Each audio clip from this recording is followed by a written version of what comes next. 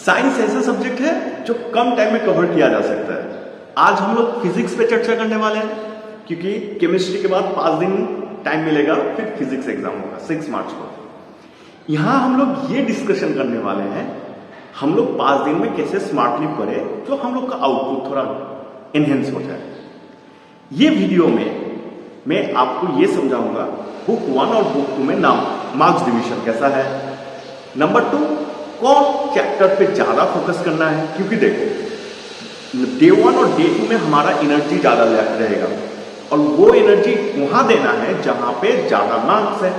उसके बाद एनर्जी घटते जाएगा और हमारा छोटा टॉपिक के ऊपर हमारा फोकस अगर हम लोग देंगे तो काम हो जाएगा।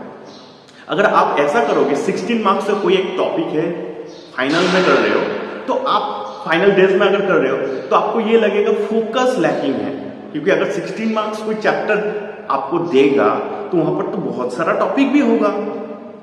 तो एक चीज सोचो, हम लोग ये 5 दिन में स्मार्ट भी पढ़ेंगे और डे 1 और डे को बहुत अच्छा से यूज करेंगे। इसमें लगभग 30 मार्क्स आपका कवर हो जाना चाहिए डे 1 और डे 2 में। आफ्टर दैट हम लोग 20 मार्क्स को और 2 दिन में लाएंगे, 50 मार्क्स का एक आउटकम बनाएंगे। जो अच्छा बच्चा है वो पूरा बुक पढ़ के जाए, और जो खाली ये वीडियो देख के अपना स्ट्रैटेजी बनाने आ रहा है वो 50 मार्क्स कैसे लाए वो हम लोग यहां पर डिस्कस करेंगे। तो देखो यहां पर मैं एक ग्राफ बना के रखा हूं, डिफरेंट चैप्टर्स में कैसा कैसा मार्क्स डिवीजन है वो पहले देखते हैं। चलो let's focus on this graph और डिफरेंट चैप्टर में क्या क्या मार्क्स डिवीजन है वो देख लेते हैं। पहले हम लोग मैक्सिमम मार्क्स कौन चैप्टर कंटेंट कर रहा है वो देख लेते हैं। बुक 2 में रे ऑप्टिक्स और वेव ऑप्टिक्स मिला के आपको 16 मार्क्स देगा। वही बुक 1 में आपको 10 मार्क्स जो चैप्टर 1 चैप्टर 2 मिला के आने वाला है। मिनिमम मार्क्स का बात किया जाए, EMW इलेक्ट्रोमैग्नेटिक वेव में बुक 2 में 2 मार्क्स मिलेगा, और यहां पर एक single chapter that is current electricity जो चैप्टर 3 है वहां पर आपको 6 मार्क्स देगा। तो मैक्सिमम और मिनिमम मार्क्स अगर हम लोग क्लियर कर लिए हैं, चलो एक एक करके टॉपिक देखते हैं कहां से क्या मार्क्स आने वाला है। Chapter 1 chapter 2 in book 1 10 marks, chapter 3 6 marks, moving charges magnetism and magnetic material content 8 marks. AC and induction that is very important and favourite for all examiner, ये 9 मार्क्स कंटेंट करेगा।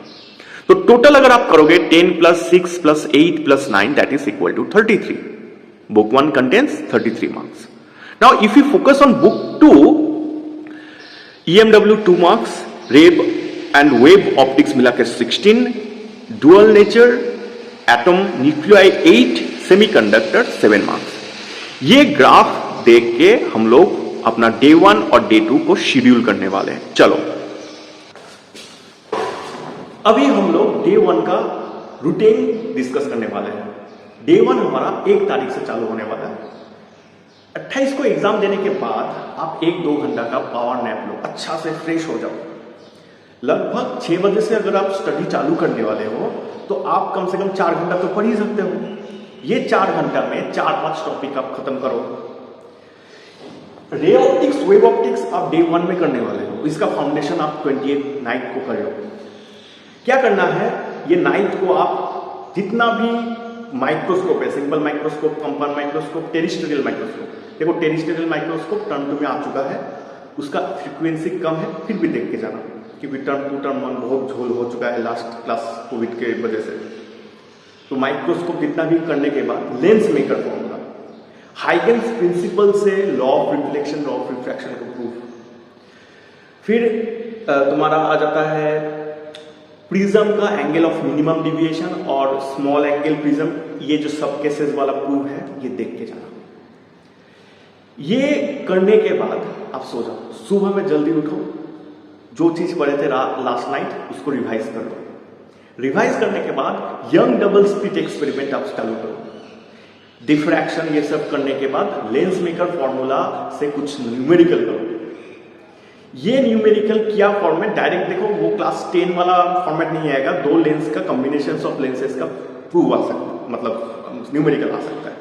एंगल ऑफ मिनिमम डिविएशन से related या prism related, small angle prism related आपका numerical आप अगर Essel Arora follow कर रहे हो तो वहां पर एग्जाम्पल आप खाली देख के जाओ, एकदम इजी एग्जाम्पल आप देख के जाओ। अब आप क्या करो, 2 बजे तक इसको टोटल कंप्लीट कर लो, खाना पीना सब कंप्लीट करके 2 बजे के बाद 4 बजे तक आप सो जाओ। 1-2 घंटा सो लो, सोने के बाद 6 बजे से 2 घंटा में फिर रिवीजन कर लो, पूरा चीज रिवीजन कर लो। 2 घंटा रिवीजन करने के बाद आपको डे 2 का फाउंडेशन आपको रखना है। डे 2 में आप यहाँ पर बुक 1 का इलेक्ट्रोस्टैटिक्स आपको करना है। यहाँ पर 10 मार्क्स आने वाला है, बहुत ही इजी चीज है, बहुत ही फेवरेट टॉपिक एग्जामिनर का, गॉस लॉ। फिर आपको इलेक्ट्रिक डाइपोल, क्योंकि इलेक्ट्रिक डाइपोल हम लोग अरेंज करते हैं और ये एक्चुअली मैग्नेट का नॉर्थ पोल साउथ पोल से इंस्पायर्ड है, तो यहां से क्वेश्चन आने का फ्रीक्वेंसी बहुत ज्यादा है। फिर आप कैपेसिटर का प्रूफ, मतलब डाइलेक्ट्रिक कैपेसिटर, हाफ कैपेसिटर, मतलब कैपेसिटर में कोई भी डाइलेक्ट्रिक स्लैब अगर दे दिया है, ये भी आप प्रूफ करो।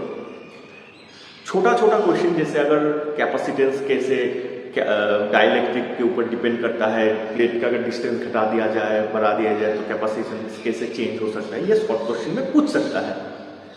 फिर जो चीज 1-2 मार्क्स का, 2 मार्क्स या 3 मार्क्स में डायरेक्ट पूछा जा सकता है, that is related to equipotential plane. Equipotential plane क्या है, इसमें वर्क डन 0 होता है, इसका ईच एंड एवरी पॉइंट में पोटेंशियल सेम है, ये सब कैरेक्टरिस्टिक्स पूछ सकता है। कोई सम दे सकता है, बहुत ही इंपॉर्टेंट है इक्विपोटेंशियल सरफेस। तो फिर आ गया कॉम्बिनेशन ऑफ 1-2 दे सकता है, कॉम्बिनेशन तो मुझे जितना मालूम है वो नहीं है टॉपिक, तो वो अवॉइड कर सकते हो, कॉम्बिनेशन ऑफ कैपेसिटर ये सब अवॉइड कर सकते हो। तो ये आपको खाली देखना है 2 घंटा में। 1 मार्च को 1 तारीख को रात को आपको खाली देखना है, खाली एक बार देखो। 2 तारीख में इसको अच्छा से 2 बजे तक इसको टोटली कंप्लीट करो। कूलम्स लॉ, मतलब गॉस लॉ से कूलम्स लॉ का proof, so that action reaction pair होता है, कूलम्स लॉ, ये सब प्रूफ बहुत इंपॉर्टेंट है, ठीक है ना। तो ये 2 बजे तक आप सुबह 6 बजे से 2 बजे तक ये टोटल कंप्लीट कर लो, फिर सो जाओ। फिर सोने के बाद आपको 4 मार्क्स का कोई एक चैप्टर पकड़ना है। मैं आपको अच्छा बताऊंगा, आप अगर यहां से कोई एक चैप्टर कर लो, मैं आपको बताऊं, अगर आप डुअल नेचर कर लो, डुअल नेचर बहुत ही इजी चैप्टर है। डुअल नेचर अगर आप करोगे तो आपका 4 मार्क्स इजीली हो जाएगा, बहुत ही इजी है डुअल नेचर, बहुत ही आइंस्टाइन इक्वेशन बहुत ही इजी है, वो आपको टेंशन लेना ही नहीं है, डुअल नेचर एकदम पकड़ के खत्म कर देना है। और डे 3 का फाउंडेशन आपको रात को फेंकना नहीं है। अब आपको काम क्या करना है, डे 3 दैट मीन्स 3 तारीख को 1 घंटा से 2 घंटा आप पूरा रिवीजन करो। पूरा रिवीजन करने के बाद आप एक काम करो, आप एटम, न्यूक्लियर और सेमीकंडक्टर को पकड़ लो। ये आपको टोटल 15 मार्क्स देगा।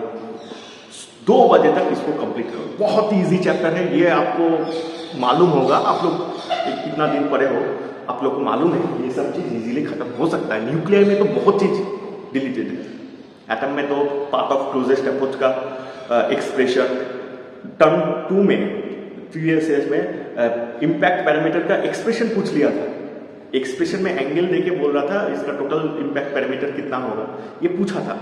तो आप ये वाला चैप्टर 2:15 खत्म होने के बाद आप ये जो 2 मार्क्स का है, यहां पर मैं आपको बता दे रहा हूं श्योर शॉर्ट क्वेश्चन क्या है।